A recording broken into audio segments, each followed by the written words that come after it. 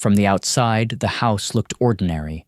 A quiet suburban street, white shutters, a perfectly trimmed lawn, the kind of place where nothing bad is supposed to happen. But some houses don't need to scream to feel wrong. They whisper. 112 Ocean Avenue, Amityville, New York.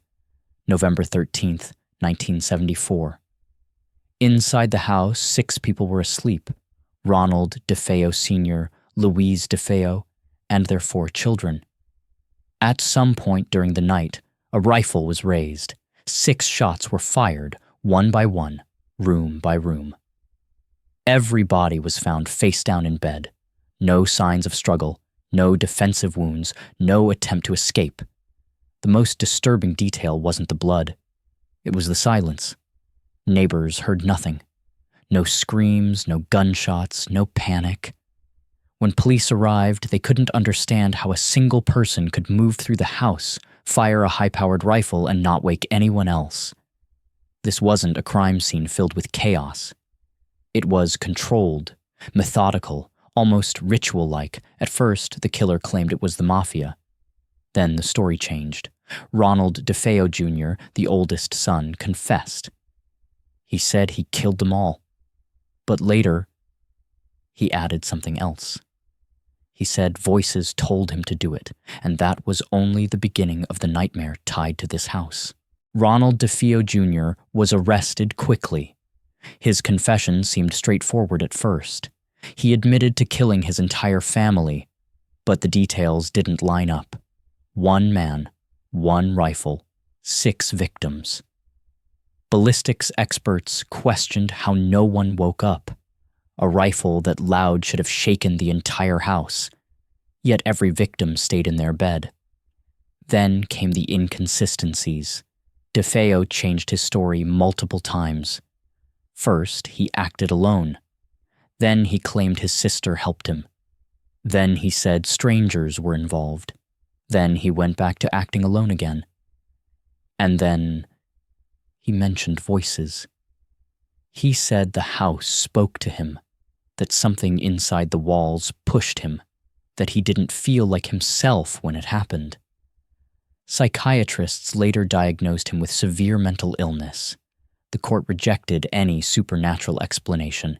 He was sentenced to life in prison. Case closed, or so it seemed, because the house didn't stay empty. A year later, it was sold at a price far below market value, cheap enough to ignore its history. A new family moved in. They believed the nightmare was over. They were wrong. December 18th, 1975. George and Kathy Lutz arrive with their 3 children. They know what happened in the house. They've been told everything, but they believe houses don't remember violence. They believe walls forget. The first few days are quiet. Too quiet. George begins waking up every night at exactly 3:15 a.m., the same time the DeFeo murders occurred. The house is always cold, even with the heat on full blast. Kathy starts waking up with bruises. She doesn't remember hitting anything. The marks keep appearing. Their youngest daughter begins talking to someone in her room. She says it's a friend. She gives it a name. Jody. George's personality changes. He becomes aggressive, obsessed with the basement, drawn to the cold. Then the house begins to react. Doors slam on their own. Strange smells fill the air. A thick black substance leaks from the walls. This isn't a haunting that explodes all at once. It builds, slowly, relentlessly, as if the house is testing them. By the 4th week, the Lutz family is breaking. The house feels heavier, like it's pressing down on them.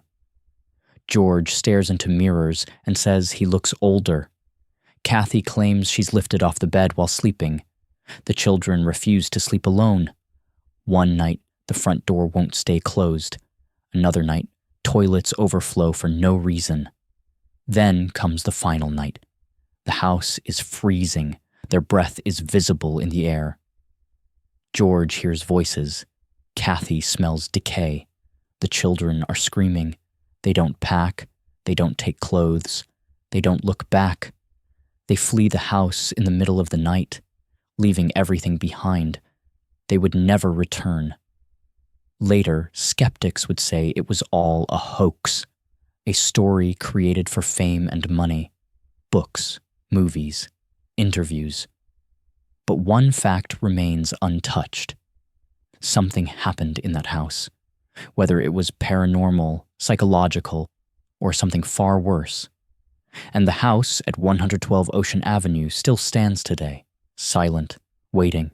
After the Lutz family fled the house, silence returned. No screams, no voices, just an empty building sitting on Ocean Avenue. But the story didn't end there. Within weeks, the Lutz family began telling their experience publicly. Journalists arrived. Paranormal investigators followed. Priests were called. One priest claimed he entered the house and heard a voice tell him, "Get out."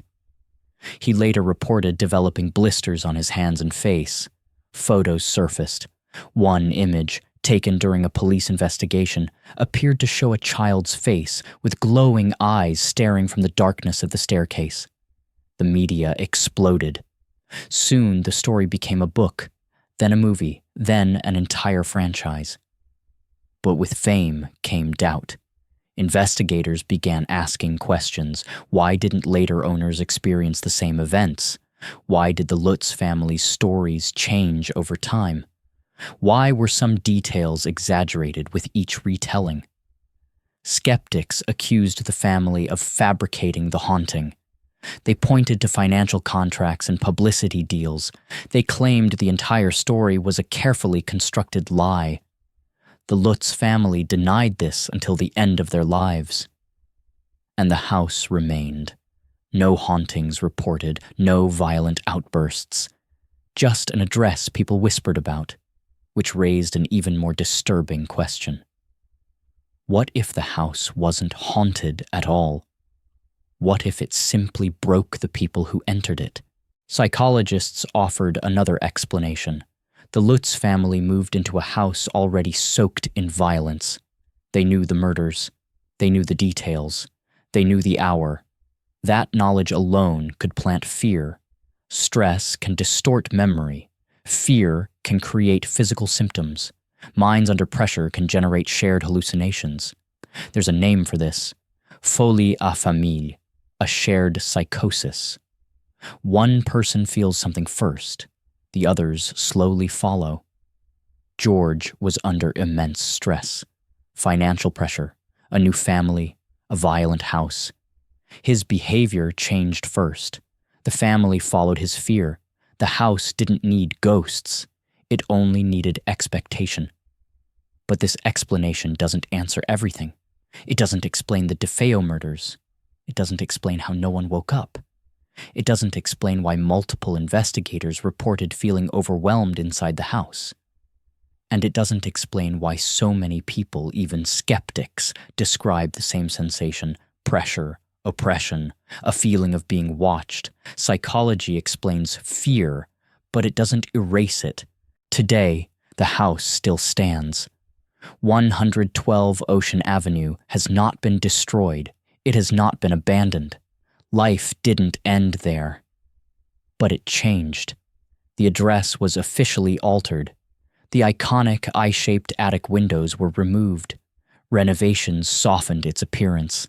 From the outside, it no longer looks like the house people remember. Families have lived there since. They've spoken to reporters. They've denied paranormal activity. No voices, no black substance, no possessions. And yet, something remains off. Owners rarely stay long. The house changes hands more often than expected, not because of hauntings, but because of discomfort. Several former residents described the same thing. Not fear, not terror, pressure, a constant feeling of being watched, a heaviness that settles into the chest, a desire to leave without a clear reason. Locals avoid the sidewalk in front of it, not out of superstition, but habit. Tourists still come. They stand quietly. They take photos. They don't stay long either.